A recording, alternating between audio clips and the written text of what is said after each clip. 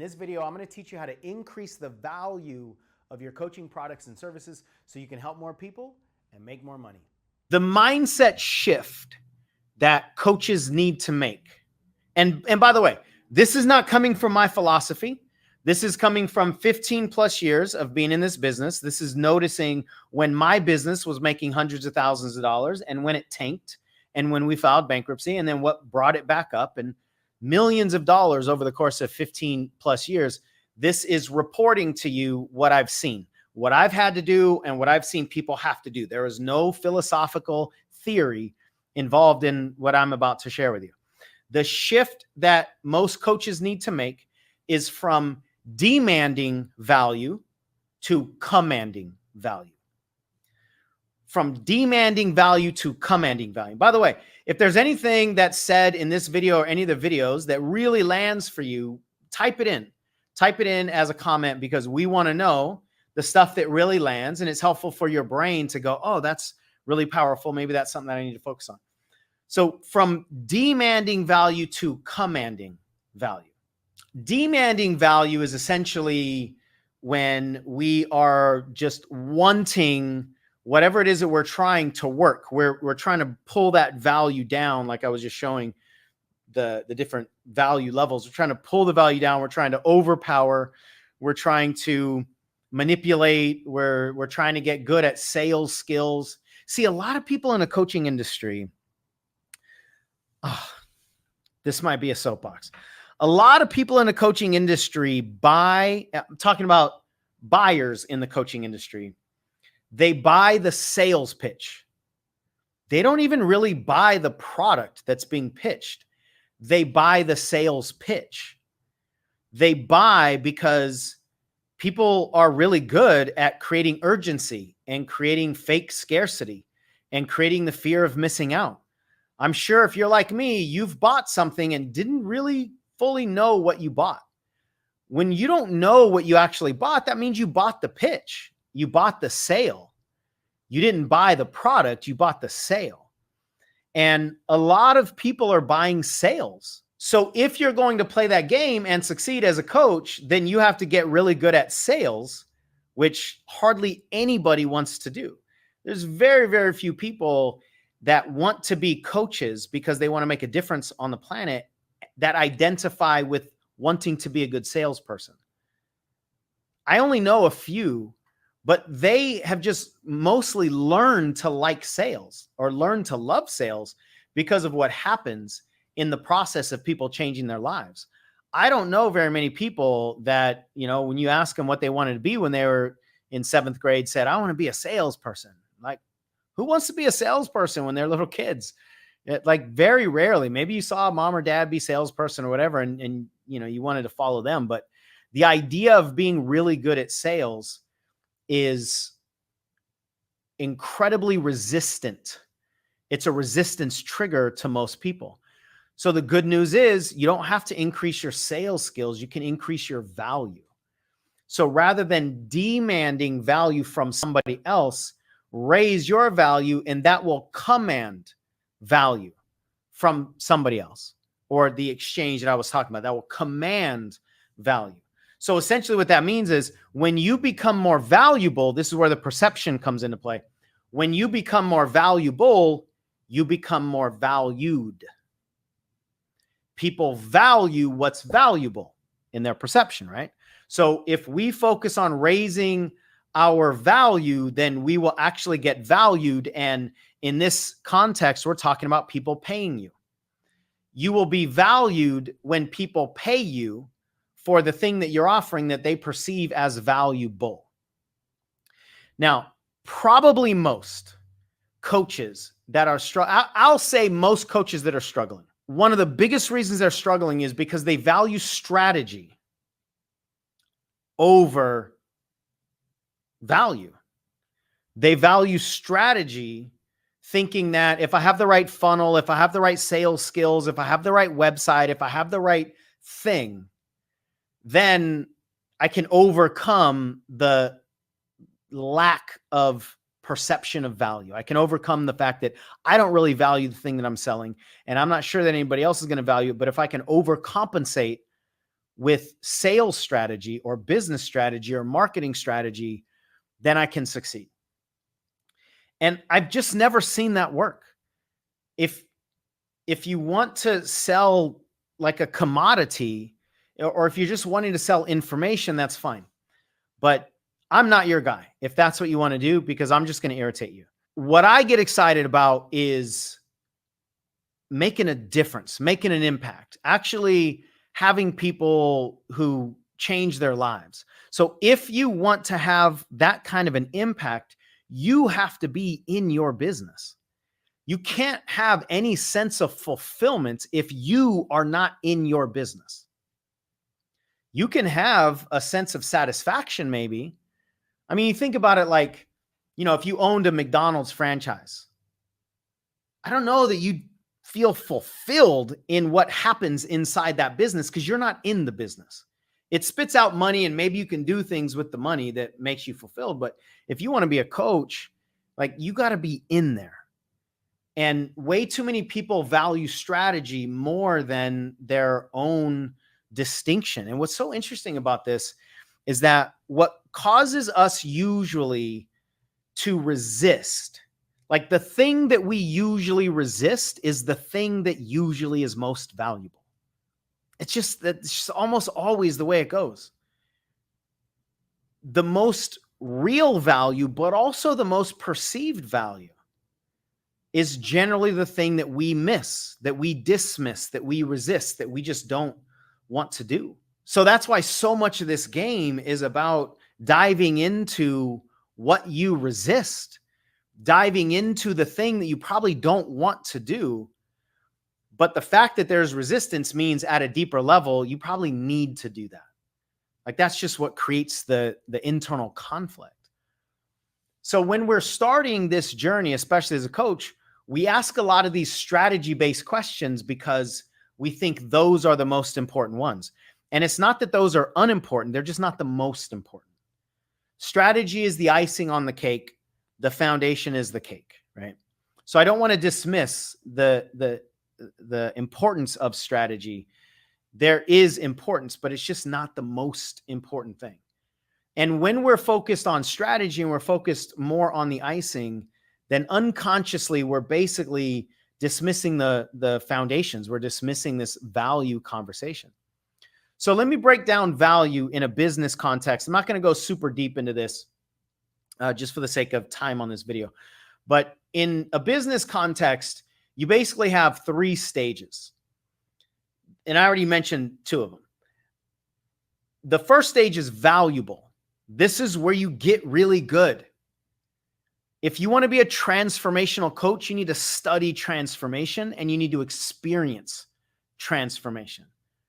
You need to do and feel what you're wanting to teach other people how to do and feel.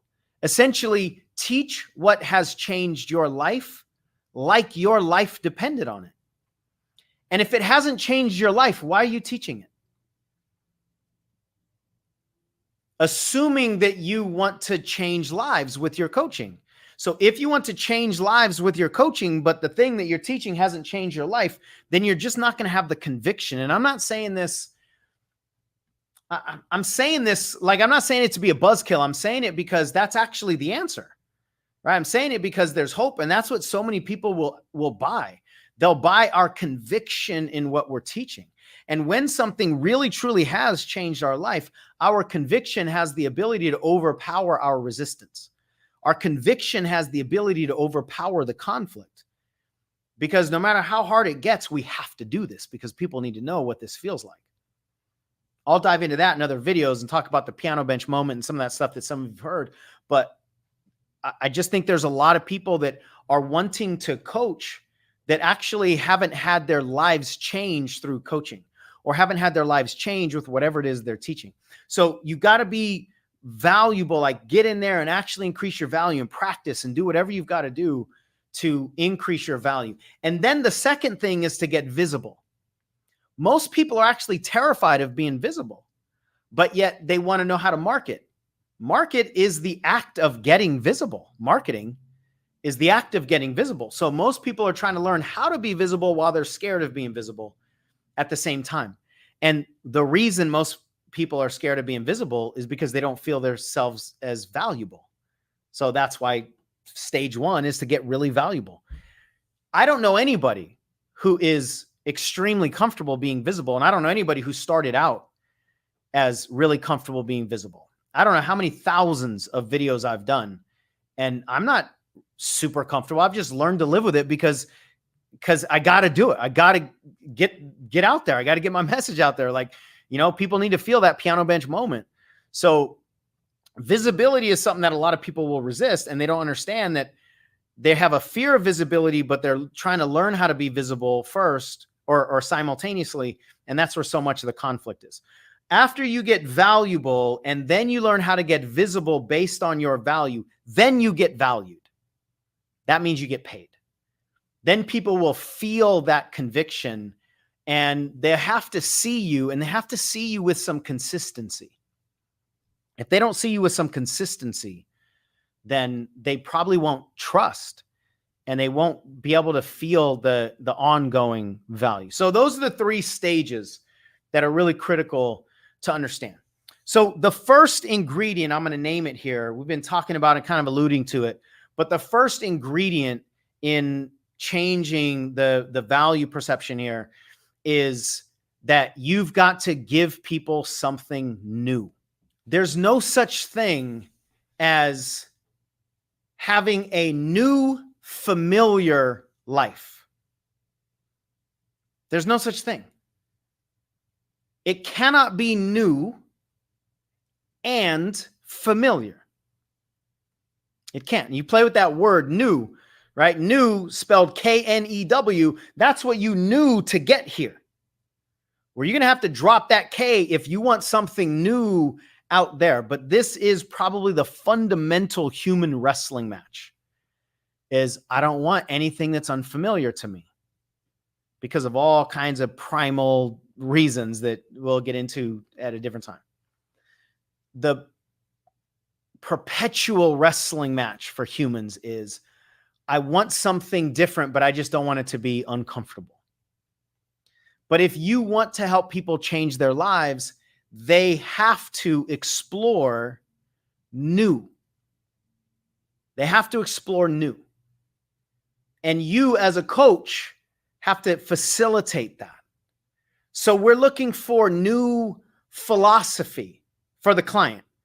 We're looking for a new philosophy. We're looking for a new physiology in their bodies. Sometimes their bodies calm down. Sometimes their bodies get activated. We're looking for a new possibility of what's potentially out there. We're looking for a new pathway, right? What to do, or maybe a neural pathway inside. We're looking for a new plan. We're looking for a new purpose. We're looking for a new passion. So those are 7 P's that we're looking for new for the client: philosophy, physiology, possibility, pathway, plan, purpose, passion. We're helping them explore something new. If there's not anything new, then there isn't any hope. Hope requires new, and new requires discomfort. It's just the way it goes. And since the clients are clinging to familiarity and clinging to comfort a lot of the times, we need to bring that I got you kind of energy to the exploratory feeling of coaching. From a coaching standpoint, we're seeking that experience of new for the client, which means we got to take our flashlight out. We got to have our backpack packed. We got to have our map out or let the map go. And we just need to explore. We got to look outside of the boundaries. Anything that's inside the boundaries of what the client already knows and is familiar with is not the answer. We got to get outside of whatever those boundaries are. And most of the time we need to bring that mindset and experience and conviction and advocacy as the coach. So I want you to get used to new. Now, that doesn't mean get comfortable with new, because there's no such thing. But we can value discomfort. I've been doing this work 15 plus years. Transformation is still not comfortable for me. It cannot be comfortable. There's no such thing as comfortable transformation. But when I can recognize that I'm going through a transformation of some kind, of my identity or a business transformation or personal transformation, it has never once, ever once, not once, ever been enjoyable or comfortable. Never, not a single time. There is no such thing as familiar new. I can't harp on that enough. There is no such thing as familiar new. Those are complete opposites of each other. Those are diametrically opposed to each other. You're either familiar or you're new. You cannot be new and familiar. So if the client, and sometimes the client is you, if the human is clinging to familiar, well, then they can't have new. It's not possible. So we have to understand that the process of transformation requires the thing that our brains are clinging on to because we're afraid of who we might be without it, or we're afraid of what might happen to us without this thing called familiar. We just have to know that's what the client is doing, because the client is human, and that's what the human brain does. The human brain digs its claws into familiar because the human brain values what it knows more than what it doesn't. And the reason is because we want to stay alive. And I know what's in my past, and if I can see exactly what's in my future, then I can prepare. I can put the armor on if I need armor. I can grab a weapon if I'm going to need a weapon. I can bring the umbrella if it's going to rain. I can be prepared for all the perceived danger. This is the way the brain operates. So we just have to understand that as coaches, we've got to bring the exploration of new and understand that if the client responds with irritation, or if the client seems to just grab onto familiar, that's part of the process. That's actually a sign that this is working. That's actually a sign that we're moving towards something new if the client is resisting letting go of something old. So what does this actually look like? I want to give you 3 things here that you can actually implement. The first one is questions. As a coach, you've got to value questions over answers. As a really powerful coach, you are a questioning machine more than an answering machine. The best coaches don't have the best answers. They have the best questions because the client has the answers. And curious questions are the ones that take us into the unknown. So when you're asking curious questions and you feel the cling to familiarity show up, you feel the resistance to the new show up, that's time to lean in as the coach. That's time to maybe let the client know, this is cool, this is great. Actually, we're moving beyond your comfort zone. I know it's unfamiliar. I know it's uncomfortable. I get it. I know it, but there's a lot of value out there. So I'm here with you. And that has to happen through exploratory questions. And let me say this. If your clients are answering your questions immediately, your questions suck.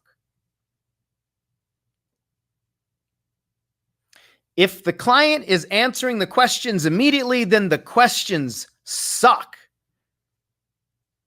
Because the questions are doing nothing but regurgitating known answers. We want people to have to think about it. We want people to look up and look down and left and right and in and out and go, I don't know. Great. If you're in the space of I don't know, that means you've entered the unfamiliar, and all of the dreams and all the solutions are in the unfamiliar. So you can't get to the new NEW while connecting and protecting everything you knew. KNEW. You've got to let one of them go. And in your exploration, you're doing everything you can to understand their model of the world, to not make their model of the world wrong, to create trust, understand that they have the solution. And it's a lot easier to ask curious questions and pull the solutions out of a human brain than it is to try to take solutions and stuff them into a human brain that is protecting, that is clinging to familiarity. So that's the first thing. Ask a bunch of curious questions. And if clients get irritated with you, that's fantastic, because there's also no such thing as comfortable transformation. So if they're irritated, that means they're activated, which means stuff is moving, which means we have a chance to transform him. The second thing is to value care over conversions. Really give a damn about people. I want you to care about people more than their money. And if you care about somebody more than their money, you'll get more money, because people will recognize that, and your give a damn will actually turn into better coaching, and it'll turn into better connection, and it'll turn into better trust. And that means your value will increase, which means your perception of value will increase, which means people will pay, and people will actually pay more money. The more that you really truly care about the human on the other side of this conversation, rather than the conversions of what's in their wallet going into your bank account. And then the third thing is to be more convicted than constructed. Constructed is our intellect saying, this is how I want people to see me, and this is the positioning, and this is who I want to be, and this is who I want them to see me as, and this is the approval that I'm looking for. That's the construct of the ego. Your conviction will overpower your construction all the time, because people can feel conviction. They can only sense construction. They can only see construction or consume construction at an intellectual level. They can't feel it, but they can feel conviction. And if you're really doing your work and you're living a life of passion and joy and happiness and conviction, and that doesn't mean you're happy all the time. That doesn't mean you've got this positive mindset all the time. One of the big misconceptions in personal development is that a solid mindset equals positive all the time. Listen, if you're a human, you got some anger in there. If you're a human, you've got some grief in there. If you're a human, you've got some trauma in there. One of the worst things you can do is pretend you don't and not let the human emotions come out of you. So a healthy mindset doesn't necessarily mean a positive mindset all the time. A healthy mindset is whatever the human needs to express, especially when we're talking about emotions. Just express the emotions. So that's your conviction. And if you don't get angry about what you're trying to do when it doesn't work, or what you just have to get inside, you haven't gotten out yet. If you don't get angry about it, then I don't think you care enough. Honestly, I don't think you care enough. Just judging by 15 plus years. The amount of times that I've been angry, the amount of times that I've wanted to, it wasn't too long ago that I was joking, not joking, ready to burn this studio down. It wasn't that long ago. And it's in those moments of human emotion that actually causes us to touch our give a damn. It causes us to touch the thing that we'll fight for. And if we don't have something we'll fight for, then anything can knock us out. Now, if you like this video, check out that video right there, where I'm going to break down the 29 questions you must use as a coach to help your clients succeed. What we're doing with a lot of these questions is we're embedding empowerment. Even though it might not show up as empowerment, because it might show up as irritation inside